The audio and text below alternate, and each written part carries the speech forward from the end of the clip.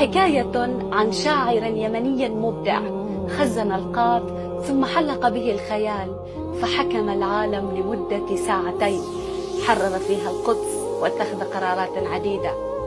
قال في شعره: مضغت القاة بعضا من نهاري مع صديقي عثمان الدماري، فما أن سار من وقتي قليل إذ الشعب يهتف باختياري، ونادوني أميرا رغم فقري وأهدوني الحراسة والجواري.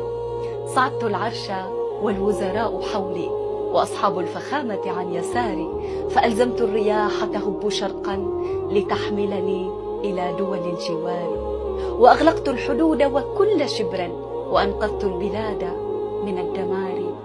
ومن بعد الأمان ذهبت غربا ولم أرجع قليلا عن قراري، وقوات التحالف طوع أمري أوجهها فتعمل باختياري.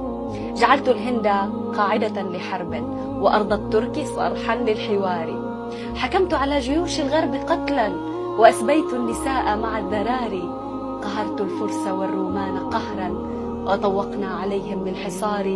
ومن باريس أصدرنا قرارا بتجميد الموانئ والبحار. أخذت بايدن معبوتا قصرا وبنيامين أسرع بالفرار.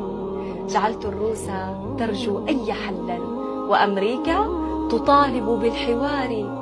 فتحنا القدس في عز وفخر وأجلينا اليهود إلى البراري، وصلينا بها ظهرا وعصرا وكبرنا بهذا الانتصار. وحوطنا على الأقصى بسور وطهرناه من رجس وعار، ومن ثم اتجهنا في شموخ لتطوير وأحداث حضاري. أعدنا الشام للإسلام فخرا مقر الحكم والسوق التجاري، وفي بغداد شيدنا قصورا وعاد اللاجئون إلى الديار.